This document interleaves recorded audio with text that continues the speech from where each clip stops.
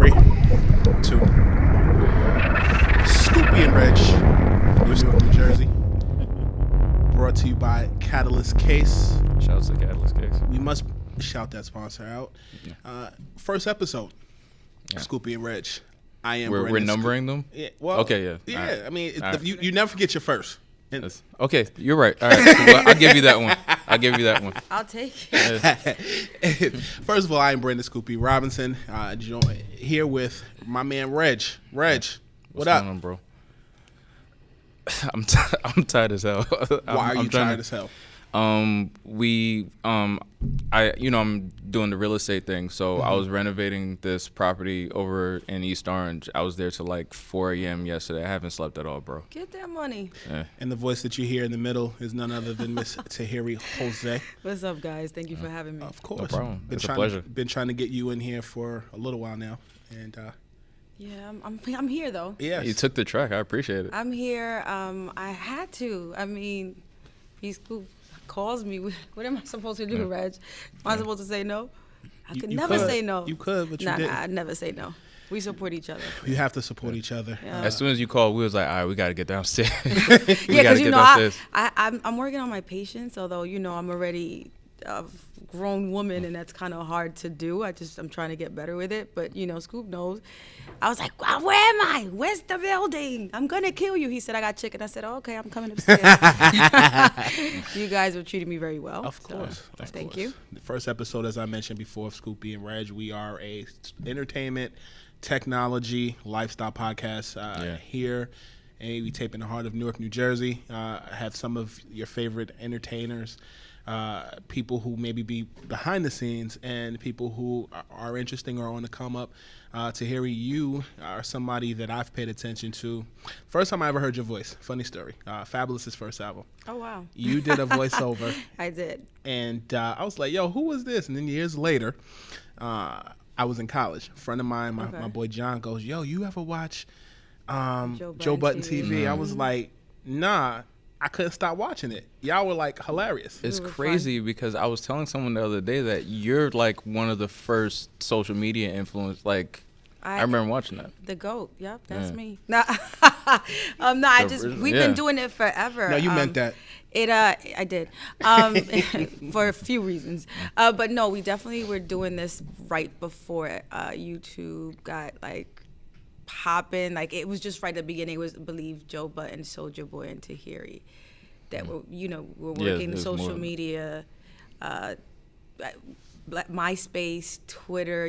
All these things were happening, and they were happening fast, and we were connected.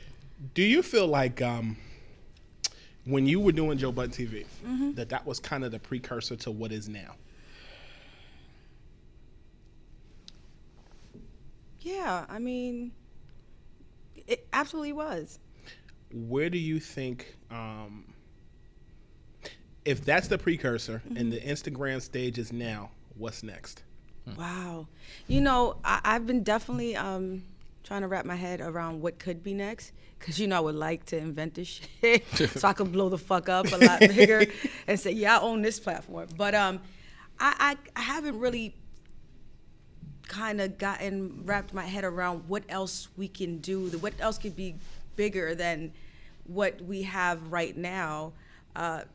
There's been plenty of apps, and I've had certain people reach out to me so I can be a part of another platform, and nothing seems to kind of kick it off or beat right now what we have that's called Instagram and even Facebook.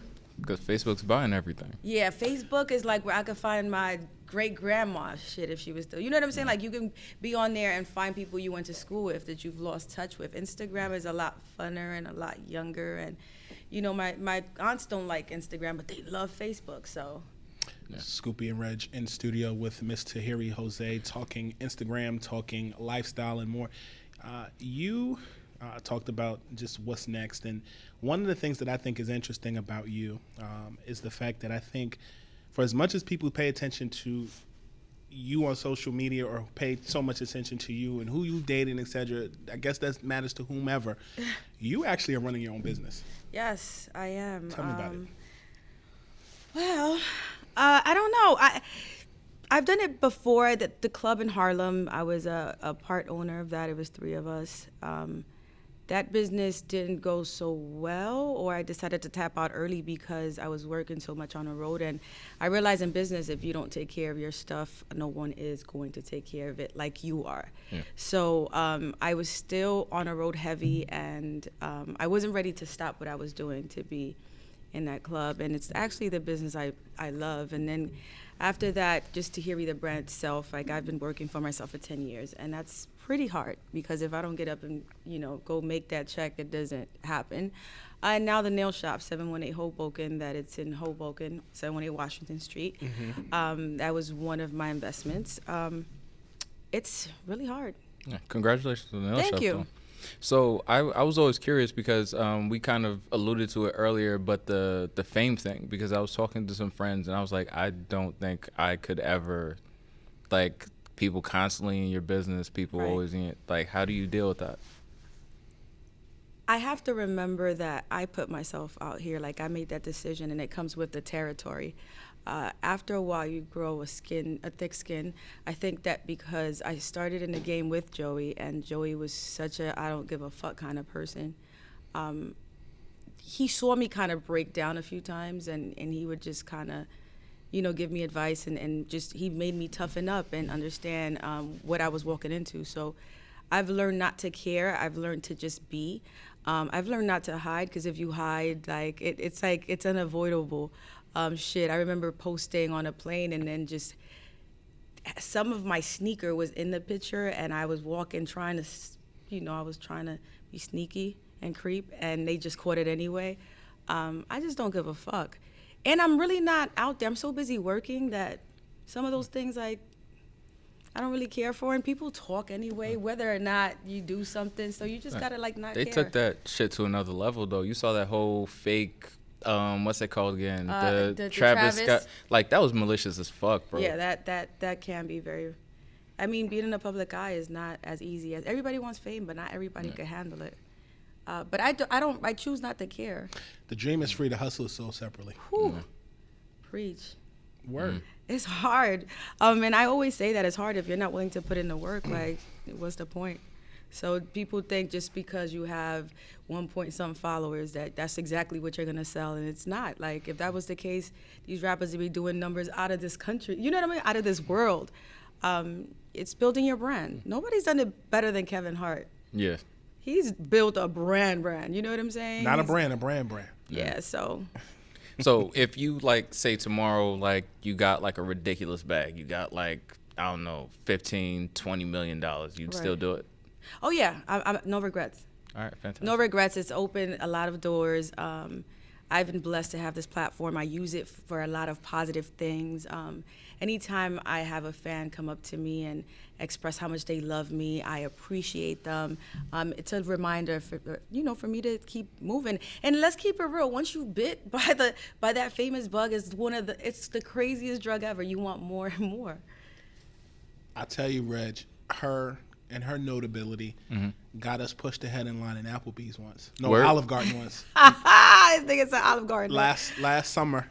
I love the salad. I love the salad at Olive Garden. We went to Olive Garden, and there was we walked from one building, went over to the Olive Garden. It was like a 20-minute wait.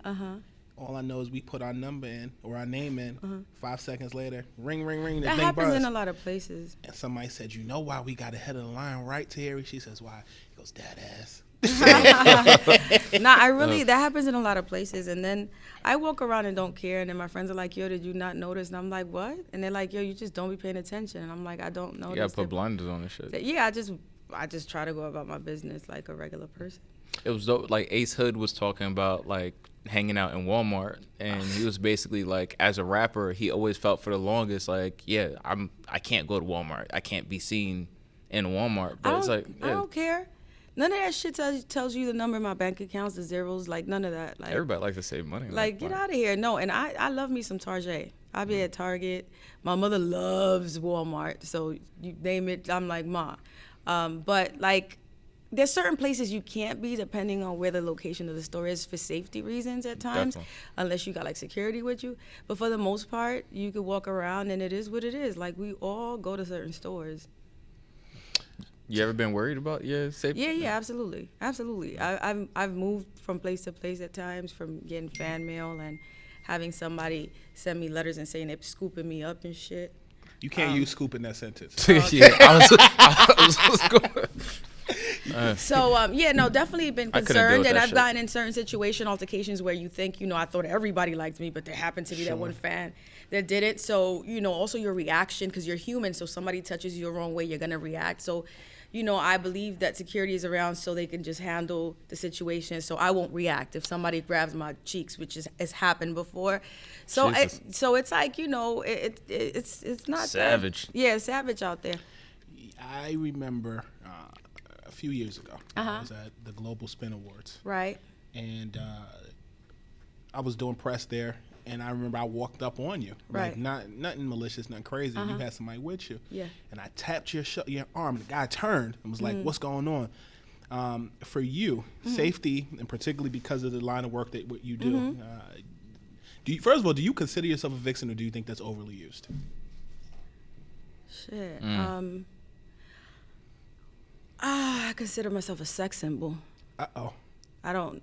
Shit. I definitely do. Video vixen today is very loosely used. It's lost. I'm trying to find the word. Like, it used to have like some weight to it. It used to have some. It used to the fabulousness of you couldn't just get a cover if you wasn't putting in some kind of hard work. Like, you couldn't get certain videos. And I remember my first video, having a trailer and having white roses, and like things were just done in a different way, and it was kind of respected. It doesn't, nowadays you could just be Bubbles from around the corner and you could be in a magazine. Yeah, so Instagram has done that, which is cool, but no, I'm pretty much like one of the last ones standing. Real ones too, natural 100%. So I probably entered the game when it was all over for a video vixen.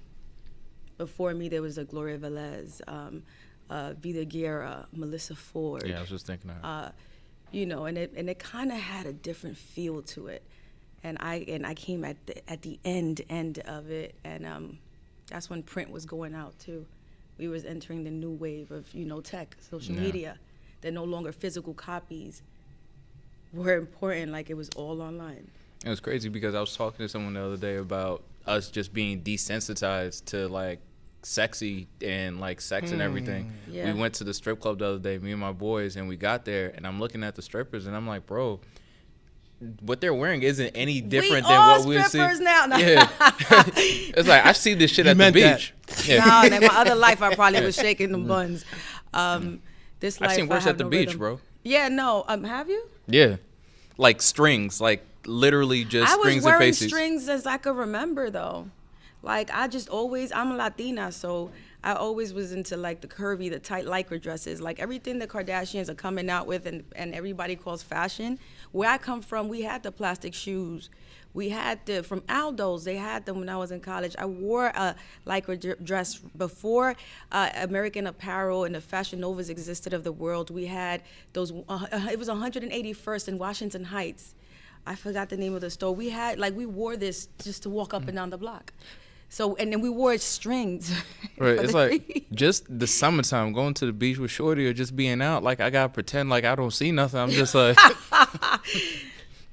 You posted something on Instagram the other day. Okay. And you basically said you created this shit as it related to girls and their butts, the attention to derrieres. Oh, I said that. I usually say I'm the Jordan in the game. I say I'm the reason why. What is America's fascination with ass? I can't tell you what America's fascination became, but I just knew that I was any African-American Latin man's dream. I already knew that real women had curves. I remember being younger and wanting to be a model and then realizing that I was way too curvy to be a ballerina because I was going to ballet school. I was already too thick on the bottom. And I knew that overweight shit because I was too heavy to be thrown. up, and then I realized that I could never be Cindy Crawford because I was short and thick. And then I said, oh, I'm still gonna model. One day I'm gonna be all over these walls with my body parts, because to me that was beauty. To me, curves and hips and ass is all I saw in Harlem, right, in Washington Heights, right. So, you know, I believe that I know J-Lo did that when she wore the Versace dress, but I was already wearing that shit in the hood, feeling like mini J-Lo. So, you know, I guess in the world of just fake boobs, and then me doing these magazines and actually being a little bit different proportionate wise, I started the whole having a huge butt, and then came the butt shots, and they got out of control. And now I just sit back and just be like, all right, so is it safe? I mean, you know, what's gonna happen when your body starts rejecting it, or, you know, when you get a little older, are you really thinking about the way your body changes? Like, do you think that, horror stories? Do you think that is the Kardashian effect, or do you think it's hip hop? No, that shit been happening before the Kardashians started to, like, you know, I think how long Kardashians have been out? Because I stopped following them after. That sex tape with Ray J came out, I want to say, when I was in college. I wasn't looking after her fucking buns. I was looking at her head job and shit.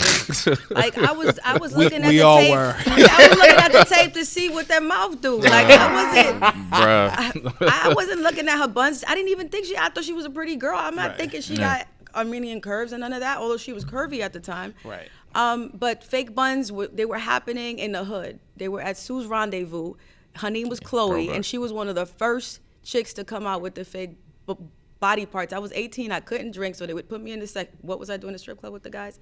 I've always been a guy's girl. Right. And I remember her, and I remember another dancer named Corona, and she was shaped like a bottle. She was bad, and she was so cute. All she had to do was a two-step. Right. I remember the dancers that really came out with the lip. There was a bartender at Jimmy's. Like, we could go on and on. Right. That's where curvy fake body parts started to kind of come out, and bartenders were still wearing clothes, all in black. They weren't out naked the way they are now. Yeah. So no, that shit ain't come from no Kardashian effect. I feel like mainstream people. I think that that the look of a woman.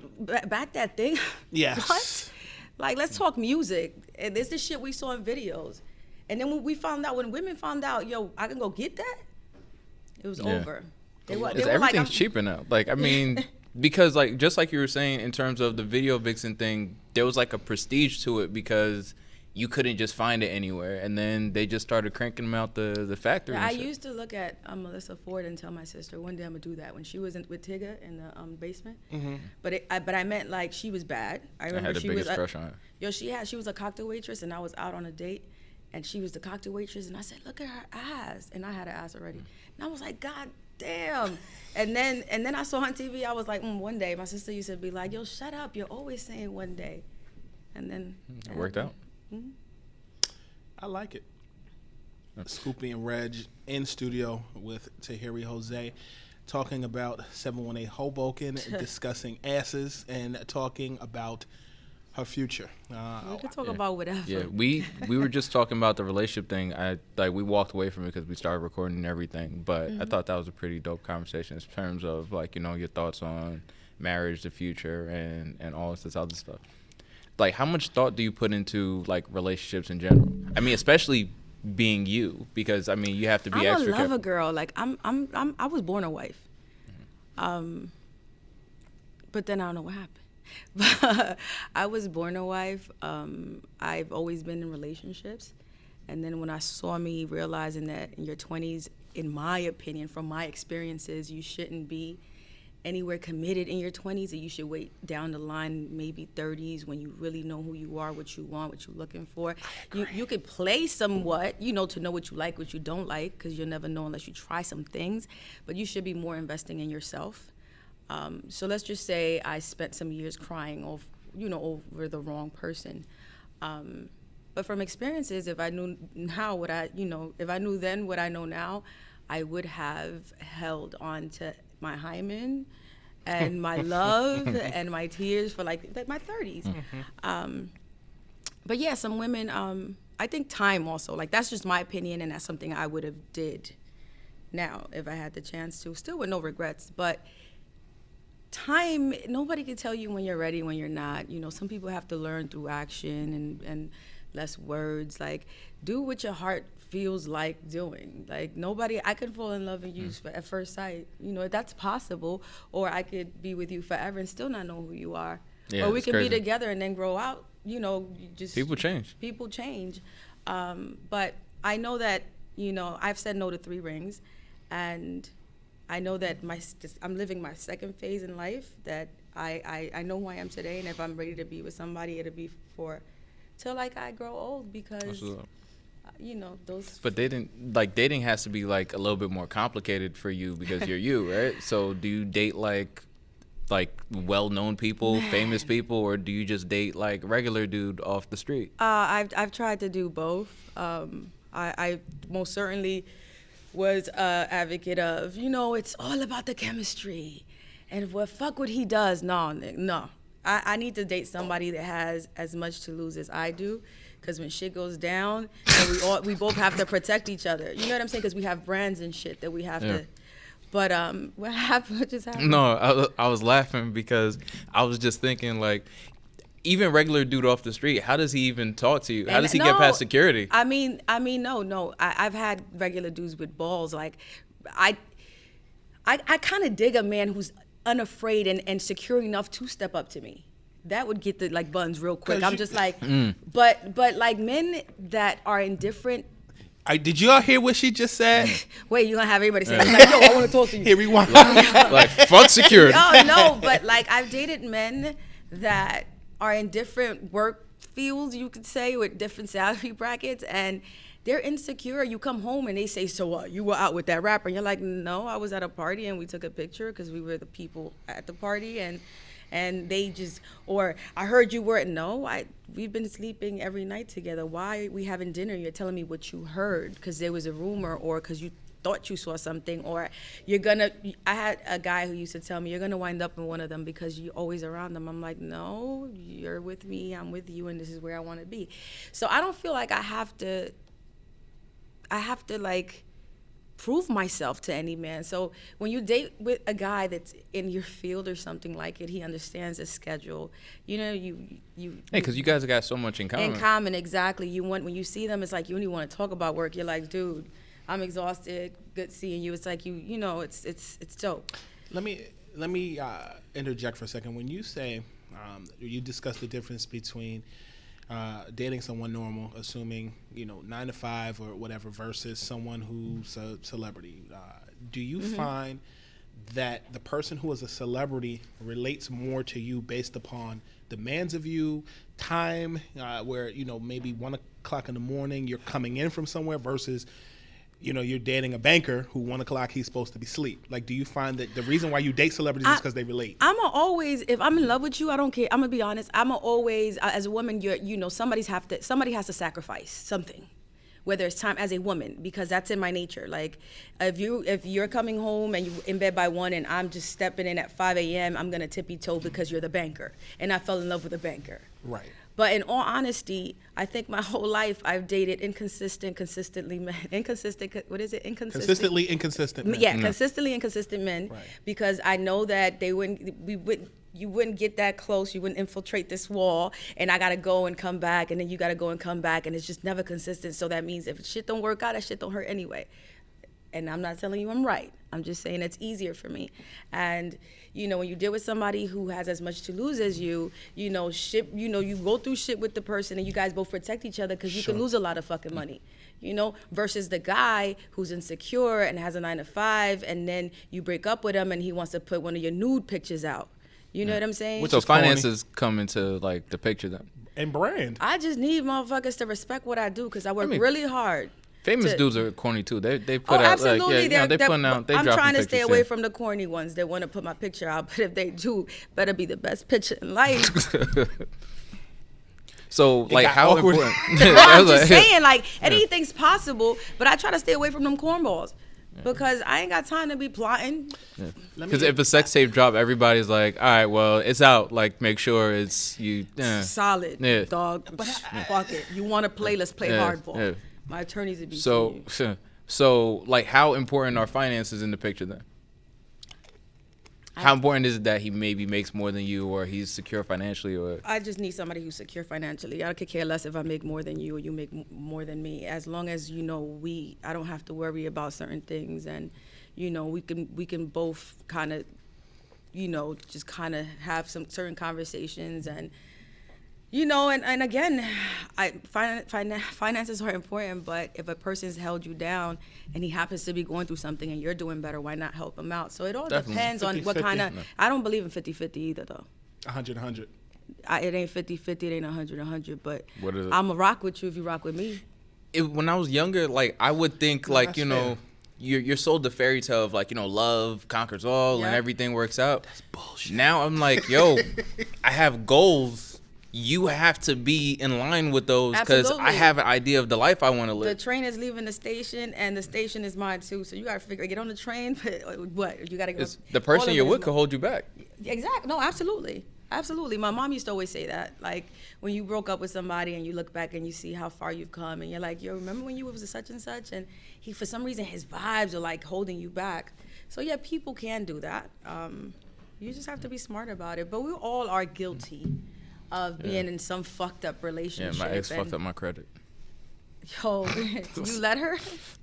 I was maxing shit out to keep up, skipping work. Oh man. One of those relationships. She didn't grab your card and swipe it and It was. boogie. I mean, you was doing shit yeah, to keep up. Yeah, I fucked up. And you was missing work too? Yeah, like you're in that relationship. Dumb Yeah, shit. and then where you laid up and you're like, man, fuck that job. Oh, that's some good pussy. Yeah. That's some good shit. Hey, damn A1 Yeah. credit. That's some Yes. A1 Hey. right? That It's nigga like, got, man, fuck it that just job. got me hot right now. This nigga said he was in bed.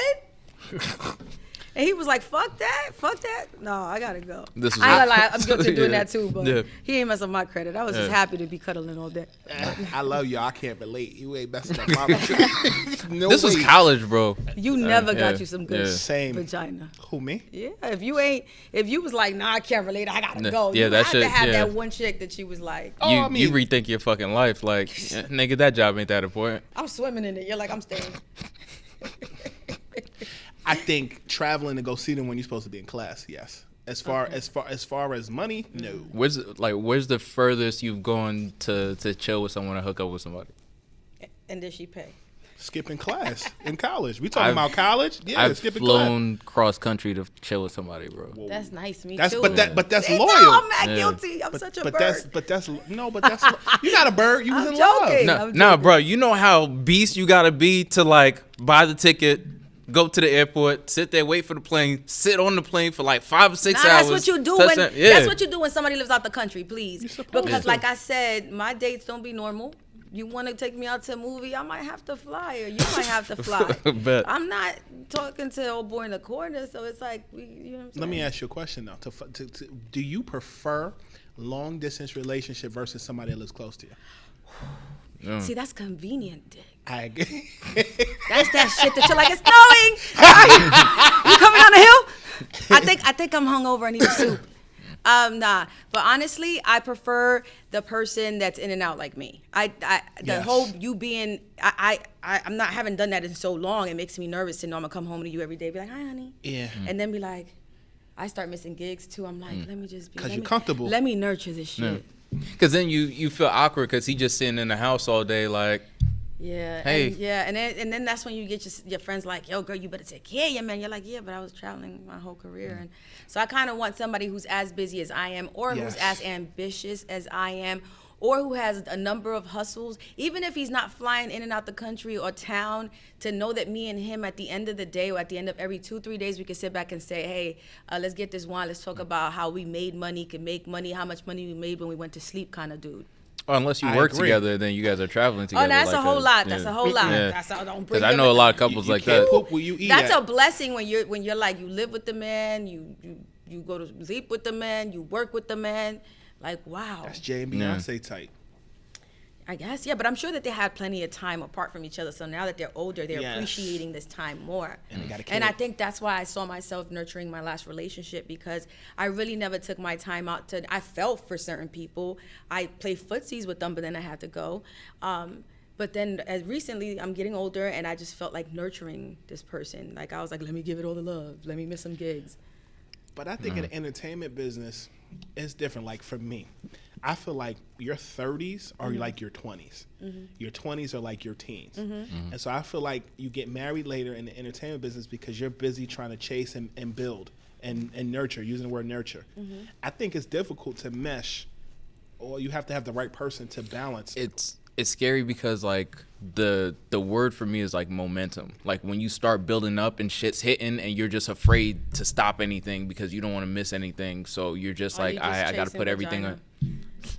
Because you're getting so much money, you don't even know what to do with yourself. It's like being, and I can relate to that because when you're in college and you're the man, you get it's falling in your lap, and I feel like in the entertainment business, it's falling in your lap. So come on, look at Instagram. It's the Amazon. It's Amazon for women. Yeah. Prime. I be looking at it like, how could I motherfucking be? I'm like, oh, that's right. I don't like women. I'm like, oh, all right, but she cute. I feel that I've both been in both sides of it. I've stopped somebody and said, we can't do this because you're not ready, and I don't want to hold you back from the greatness that you could become, and that hurts because you could be loving somebody and say, why can't we just do the J&B together? And then I've been on the other side of things where the person's left because he's not ready and he thinks that I'm too much and he financially isn't ready to be with me. And I looked at that person and said, it's not about the money with you. But he went to chase off his dream, and that hurt too. It's dope you got that discipline, though. It hurts, though. Yeah. And you're a student of your craft. It hurts, but you got to do what you got to do, and you have to let it go to see if most of my relationships are like crash and burn. Like, we're going to ride this till we fucking hate each other. And then, who wants to go through that? I'm a writer, though. Yeah. I've just gotten smarter. You can't force things. Yeah. Yeah. That's true. You can't. I learned that the hard way after, doing a hella crazy shit. You ain't leaving. And then you're like, oh. Those are scary. Do you think that love and hip hop helped your career more than it hurt it? What are the pros and cons of doing it? Pros and cons. Definitely a lot of pros. I did well. I was myself. I didn't pretend to drive the car I didn't drive, to have the job I didn't have, to wear the things I didn't wear. So I stayed in my lane, and I think, people kind of welcomed me very well. They can relate. Initially, a lot of brands were scared because of the reputation of the show, and then when they saw me on the show and they saw who I was, they turned around, and seasons later, it was easier to get, all the perks that come with the job. I can't complain, like I said, because I was my true self. I wasn't proud of everything I did. I will say, though, that after it, I have a lot more to prove because it's like you get boxed in. So if I am walking into the actor's world, they look at me like, but that's a reality TV star. Like, you really about to give her that role? You really about to have a read for it? So it's like I have to work harder, although you have to kind of, like, I sit back and I look at the jobs that, the people reach out to me for, like, any scripts and stuff, and I have to make the decision whether that person wants to hire me just because I have a fan base, because now that's what the world has become, a number, or are you respecting me and the fact that I want to learn, because I won't make a mockery out of something that other people have really worked hard to do. You know what I'm saying? So I kind of respect the game, and I'm a student. I just knew that I was bigger than that show. So it's dope that you take it that serious, though. I have to. Why would I walk in here and pretend to be a techie and know everything that you could possibly teach me? Or should I just sit here and learn some shit and walk out with that knowledge and feel blessed that you've given me the opportunity and that platform? So I have to kind of, like, I walk in with all due respect to everybody. If I walk in on a radio and they want me to read for or try out for something online or whatever it is. Like, I remember doing 106 in Park and reading the teleprompter for the first time. You know what I'm saying? And I don't wear contacts. First time I popped them shits on. Boop, boop. And I was like, we're going to get this motherfucker. So, I took my time to learn. I take my time to read scripts. I take my time to practice with my acting buddies. I take my time, to read that book just because I don't want to fail. You have to put in the work. But not everybody, does it. So they box us in. How much pressure do you feel like other people are on or under to basically live these crazy lives? Like, you've seen examples of, like, people on, like, reality TV. It's ridiculous. I know some of my own people that that they don't live the way what they portray online, and You know what I'm saying? Or these girls that put so loud, but they ain't selling shit. Or the girl you see the girl on a panel talking credit, and her credit's beaten. I know, because I've had to help her out. You know what I'm saying? So it's like, and everybody now, like, I'm stuck in between. I don't want to be fake, so who am I to give you guys advice or even sit there and tell you how I went about this? I don't feel like I'm ready. People feel like I should. Then you have these people that are lying to you, but they're really using the platform to grow their brand as they're lying to you. Yeah. It's weird. No, I get exactly what you're saying. You look I at get exactly somebody what you're that's saying. teaching one of these tech classes, and you look at them and you're like, but you were still in class. But then that's like they're branding themselves as they go. But is it wrong? Is it right? I don't know. I've seen people take shit I've told them and then post it on IG, and then I'm just like, I felt insecure because I don't feel like I've accomplished enough to go out and do these panels. Me neither. But then someone that I gave advice to goes and does one of these panels, and then I'm just kind of like, yeah, I get it. You're like, come on, dog. Like, can I tell the truth? But then you're like, I don't want to hate. And then you watch these people go, and more people follow them because whatever they're saying is so freaking, like, sounds like, because to somebody who doesn't know anything sounds like something. Word. You know what I'm saying? Like, you're only... sheep. Yeah, so it's like, what do you say? Because I don't want to hate it and be like, but you don't even know what you're talking about. Like, your credit score is 428. Like, but then do you say that? Or do you shut up and just let the world just do what they do? Like, it's scary because everybody's a hater now because you can't say anything critical or it's like, this nigga hating. I feel like this. You know that my foundation is in sports journalism.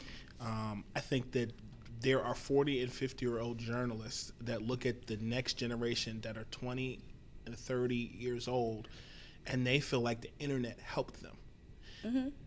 For me, I can relate to you because I'm a tweener. I started as a kid. So, like, I used to see Stephen A. Smith coming in and out of the locker room when he was a beat writer for the Philadelphia Inquirer.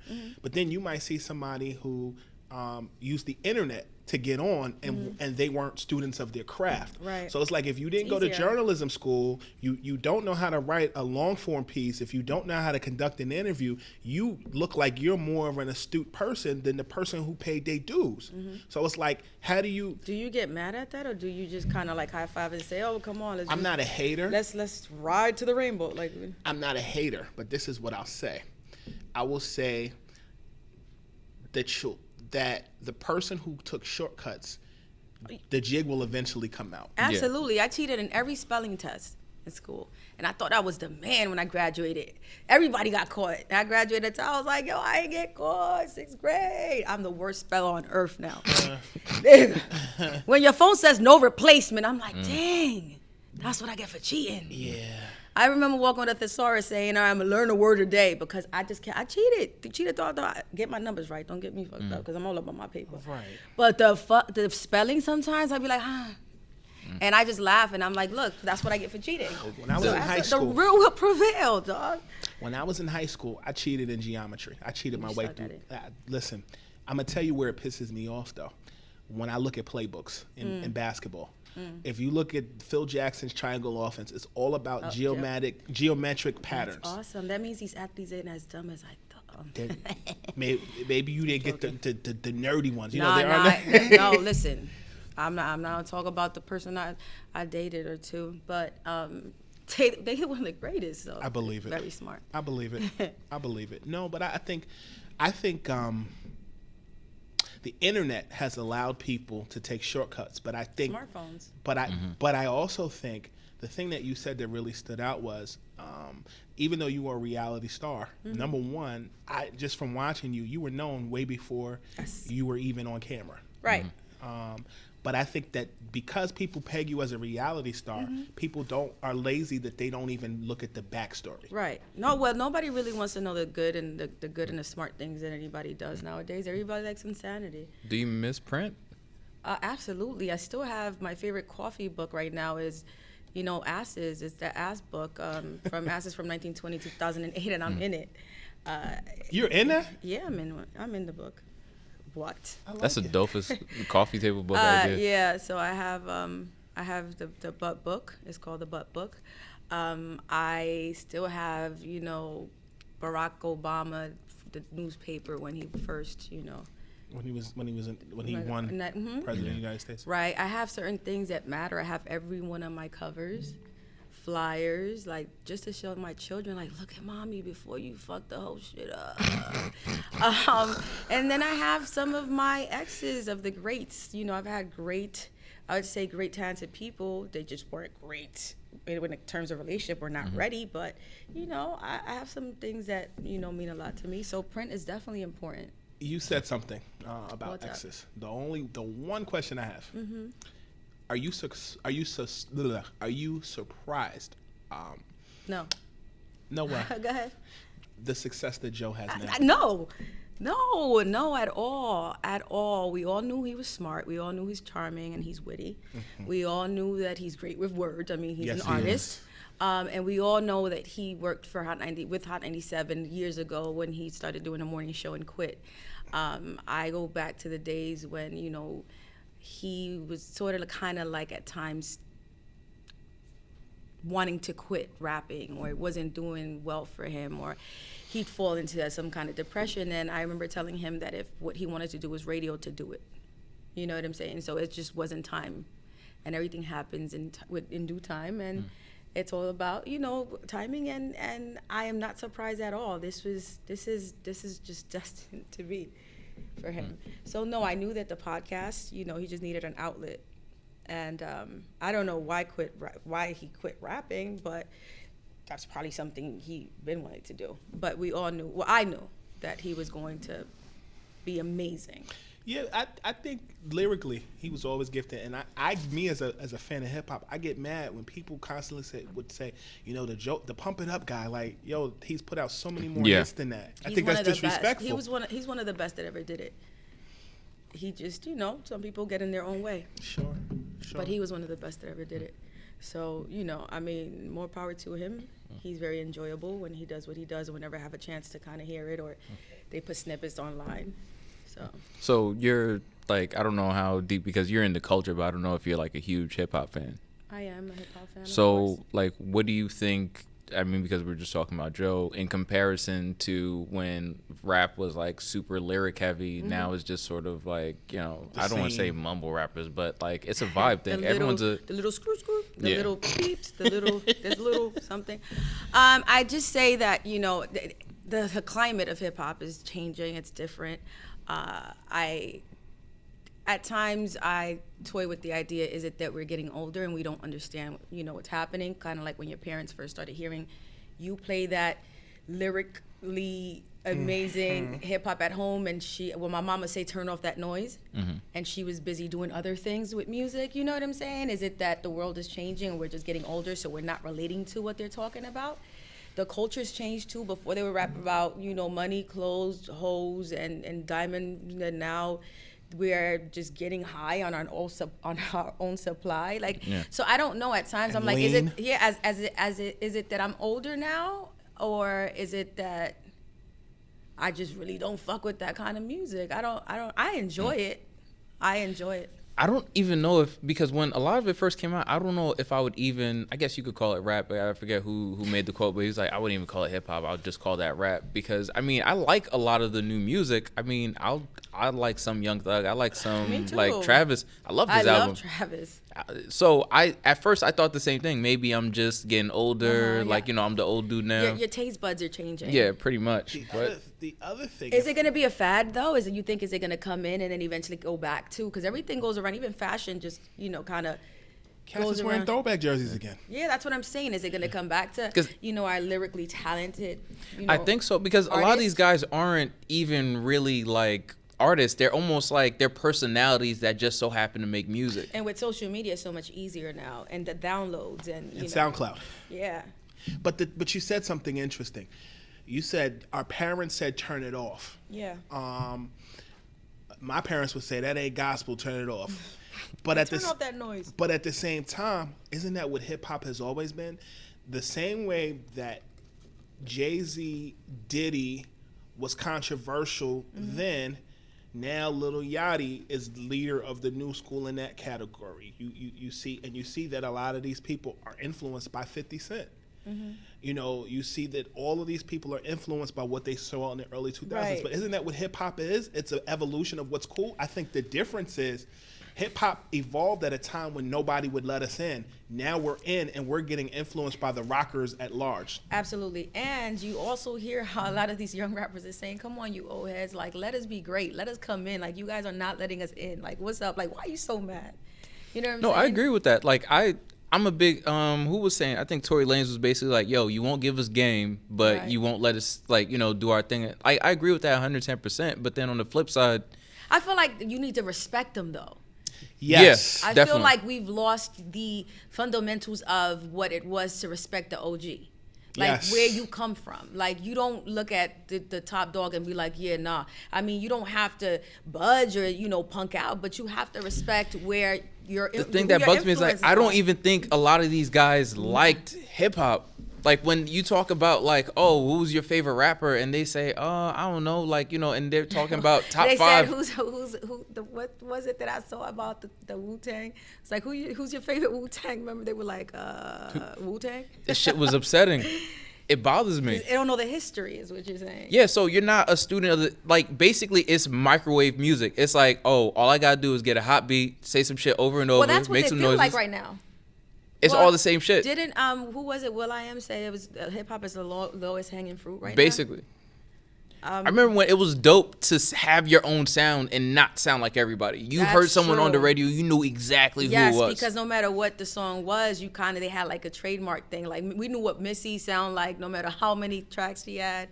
You knew what fucking Swiss. You knew what anybody up there sound like. I think that's why I dug Meek Mill's Champion album, because number one, I think they're grooming him in the image of Jay. Number one. Number two, that For Free song sounded so much like Biggie. They sampled that. I kind of thought when I heard Champion, and I love it. I mean, early in the morning. Yes. I don't really listen to hot shit like that. But I was hyped this morning listening to it. I think it reminds me of Soul Tape, Fabs. Yes. Yeah, I think definitely. he followed a lot of that. Yeah. Yeah. And I feel like the people that were students of the game, like you have your Meeks and your Kendricks, people like that have longevity. Kendrick, I just love his music. Monster. Yes. Like those guys have longevity because they have substance. They're going to be around forever. I also think what Tahiry said about paying respect to the dudes that came before you. When you look at New York, it's so layered, but there's nobody that carries that I Run New York moniker. You don't think 50? Didn't you hear Tekashi? Didn't Tekashi say he ran? Yeah. Yeah, but joking. That went left. It I did, feel but so bad for him. Yeah. But what's the dude that's under Nas? Dave East. Dave East. Whenever you talk to old heads or considered old heads, if you talk to somebody like LL, you talk to somebody like Nas, you talk to Diddy, you talk to Jadakiss, he gets this label. Who gets breath this label? of Dave East gets this label. Not a bad thing. Like, he's a breath of fresh air. I don't know, because I can't. I know. I mean, I've met Dave, and you know, he's cool. I know he's sexy to the women, but I still yet to have heard a track to say, yeah, yes, yeah, like, you know what I'm saying? And no, again, this is no just shade music. thrown. No shade. Yes. This is music talk. Yes, New York. Yes, stamped by, you know, approval from Nas. But I have yet to say, you blew my socks. Like, this is that one track that you are New York. You know what I'm saying? We're missing that. And I feel like on the West Coast, I felt like they tried to make Game that. When Game came out, I think Game was a blend of East and West. Right. But at the same time, he had a couple hits. His hottest hit was How We Do with 50. Mm-hmm. Yeah. You know, but at the end of the day, I feel like you if you want to run a city, you got to have a certain. Yeah, I think and like you were saying, I think the OGs do have a responsibility to sort of come in and bring people under their wings. Like, I'm going to use sports as an example. On average, like an athlete, but we're going to focus specifically on the NBA, 5 years after retirement, they go broke. You know, guys who are doing all right should come in there and say, hey, like, bro, like, slow down. I was really just having that conversation. You're right. These kids are getting richer than the older. They're getting richer faster than the older rappers, right? Mm-hmm. They're not being taught. You know, your manager's like, if you're a rapper, you're 21, your manager's 19, but he's your boy from the block. So you're out here, the fucking downloads are crazy. you know, they're just streaming music. You're a millionaire. Boof. What about taxes? Like, nobody's really teaching anybody right now how to do it. They're not respecting the elders, and the elders aren't coming down to fuck with these knuckleheads. So the game is just like, we make money, we buy chains, we buy cars, we did it cash, woo! And I'm on Instagram like, that's a dumb decision, but they're kids. Yeah. But then you have the old heads who see it happening, and they're kind of like, I know where this is going, but I'm not gonna say shit. Well, Fat Joe tried to tell Tekashi. Yeah. It was everywhere. Yes. Where he was just like, listen, I was that knucklehead. I didn't pay attention. I didn't listen. You know, I put myself in harm's way. And it still didn't change anything. So, I mean, some people have. Jay-Z told you in Reasonable Doubt, you hit with the RICO, they repoed that vehicle. I forgive Bars. you. Hustling just ain't you. Yeah. People often say the old heads don't tell you. Is it maybe the fact that the young folks ain't listening? Listen, I had a friend of mine tell me this week, I was getting up in one of my moods, and she's like, yo, all you got to do is listen to Jay-Z every morning. And listen, he will teach you some shit. And I started laughing. I was like, oh, Jay's the gospel. All right, I'm on it. Every day you wake up to some Jay-Z. Yeah. Although I woke up to Meek this morning. Well, not literally, people. Jesus. Yeah, the soundbite would have been crazy. We the homies. I just saw him. I congratulated him on his success. But I mean, I woke up and on my way to the gym, I just needed that shit, and it was the Meek shit. That's what's up. Yeah, and when you talked about athletes, I think LeBron James is the exception to the rule. Fantastic. Because he put his homies on, and he didn't just give them money. They had to prove themselves, and he invested his money, which would return on his investment and keep them working. I think that the 90s and the 2000s, and I hate to say it, but the guys like Allen Iverson who had to look out for the block out of necessity, those of people of that era, what do some have to show for that? Yeah, that's a cautionary tale because, like, I mean, Rick Ross said something really dope the other day about. Yeah, I think you know the clip I'm talking about, where he was basically like, he hasn't had to give his family or his people anything because he put them in a position to win. That's all you could do. Give somebody an opportunity and then kind of step out the way. And you do with that as you please, but just don't come back if you ain't, talking some business. Exactly. Everybody just feels entitled. The minute they see you doing something, they're just like, because I'm blood. Nah, where's the proposal? What's happening? What's up? Yeah. If I'm not careful, I'm gonna end up where you at. On the unemployment line. We're gonna be broke together. Who's gonna be broke together? No, I'm just saying, like, I have no, but you have family that hits you up, like, I say that. I'm always saying, hey, at the rate I'm going, I might not even have enough for my children, so let me just learn how to say no. Yeah. You know what I'm saying? Let me be selfish, me. Because people just think it's easy. If you're not selfish, you have to be selfish to a certain degree so you could be generous. Well, I have now where I wake up on my wall to the left of me, I have things that remind me in big stickies that remind me, like, you only live once, but don't YOLO this shit, bitch. I got his will, his way, my faith. I have, self-love. And, you come first, you come second, you come third, you come fourth, and then everybody else comes. It's just little reminders because it's easy for you because if you're a given person or you have a great big heart, you just want to help everybody. And some people take advantage of it. Yeah. Tahiry, I've always said this to you. There is something about you that is different. Besides the looks, besides the butt, besides the TV stuff. Right. I think there's a part of you, to me, that reminds me so much of Claire Huxtable. I've told you that before. You have. You have to explain this one to me. She's Claire, wise. Claire is amazing. She walked in and there was some kind of presence with her. Like, you just knew she was full of, like, knowledge or greatness and love. And she was just super dope. I watched the show. Every time I see the woman, like, I think I met her once and I was just like, wow, she's just so awesome. They ended up taking that show off TV, right? Yeah, absolutely. That sucks. Yeah. Well, for the folks that were counting on those royalty checks, look at Gary Owen, who played Elvin. Yeah. That was unfortunate. For you. Yes. I feel like you have a crossover appeal that other people have not seen yet. What does it take for you to create that crossover appeal so that you are guest starring on various shows? You see Claire Huxtable being on various shows now. You see her being in Rocky Balboa. For you, what do you think it's going to take?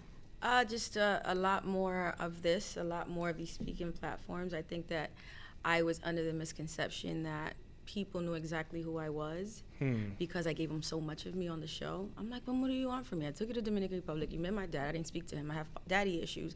This ex-boyfriend of mine drove me crazy. I left him. I decided not to have him treat me like a fucking rug, right? I stood up for every woman out here. I'm strong. I'm independent. I wear my heart on my sleeve. I am every woman. I thought that, the world knew so much of me, and I realized that that's not it. That they don't know how funny I am, how smart I am, how silly I could be, how just how I speak well. So I think a lot more of these platforms. And college educated. I'm college educated, yes. Before I decided to turn drinks at the strip club, I graduated from John Jay College of Criminal Justice. My mom never understood how I wound up being a bartender and a waitress, but I love that field. Just a lot more speaking platforms where, I let my voice be heard. So if you could jump on, as an actress, if you could jump on to any TV show or any project, like something you really love right now, what would it be? Well, I don't have a lot of time to. I haven't even been keeping up. It did. All right. I haven't even been keeping up with sports. And, usually Scoop will hit me and say, yo, did you see who they traded with? I haven't had a chance to look, just be on TV looking at some of these shows. I look at shows now for different reasons because I'm into the acting stuff. I love Viola Davis, so How to Get Away with Murder. I would say, I don't know. I haven't been really. Power would be another one. I could see you on that. Yeah, I could definitely would love to be on Power. So just like, and isn't it coming off as the final season of it? Is it just me? Power? No, I think it's coming back. I don't think it's the final season. Oh, no, they just killed 50 on it. That's what it was. That's why she said that. He gonna be like Ghost Dad and come back from the dead or something. No, but Power. But, I don't really have the chance to watch TV as much. So, but yeah, some of those kind of shows. But Viola Davis, the minute, anytime I'm having a hard time on stage, because I decided to take stage, and I never wanted to do stage, because it's the purest form of acting. You can't edit that shit. I recently challenged myself to do so. The play is called The Checklist. It's coming back in February, I believe, in Lehman College, and I'm the lead. Every time I'm on stage and I'm having that blockage, I'm like, can I Viola Davis this shit? Because she makes everything look so real. So that's my favorite. Where can people see that play? The play is gonna be in Lehman College sometime in February. We haven't solidified the date. Rehearsals were yesterday, and I am the lead. It's a romantic comedy, and I challenged myself because I'm afraid of stage and crowds and anything of that sort. So when they asked me if I wanted to read for it, I said no, and then I walked in and they were all like, huh? I was like, this is just inner fear. I must do this, and I killed, and I got it, and I kill on stage. I like it. Dope. I'm doing a whole lot of everything. What you think the Kardashians are the only ones that can do shit? They do everything. Out here selling dope. jeans. Out here, we're gonna do it all.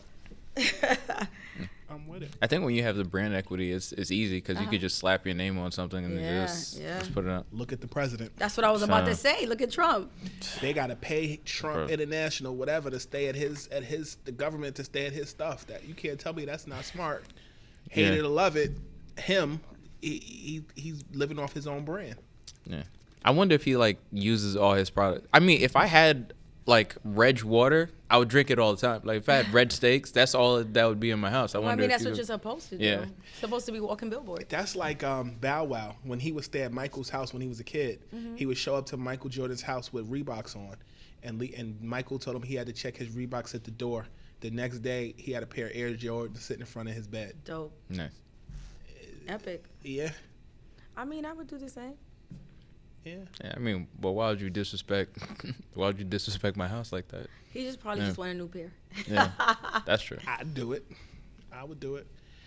Well, this is the first episode of Scoop B and Reg, and what better way to bring it all together by having Miss Tahiry Jose. Well, thank you. I'm honored. It was a pleasure having you. Thank you very much. It was a pleasure being here, and I'm in Newark, and you guys, dragged me out here, but I don't regret it. I had an amazing time.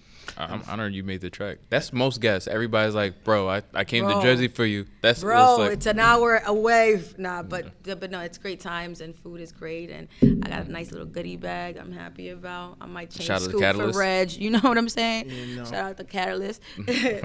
Word. Look, she doing for Shout out Catalyst. Shout out Yeah. Catalyst. Shout All out right. Catalyst. Well, the first episode, Scoop B and Reg, brought to you by Catalyst.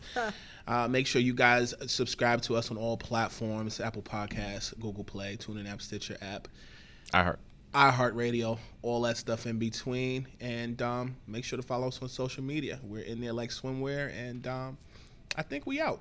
Yeah, thanks for listening. We out. Peace.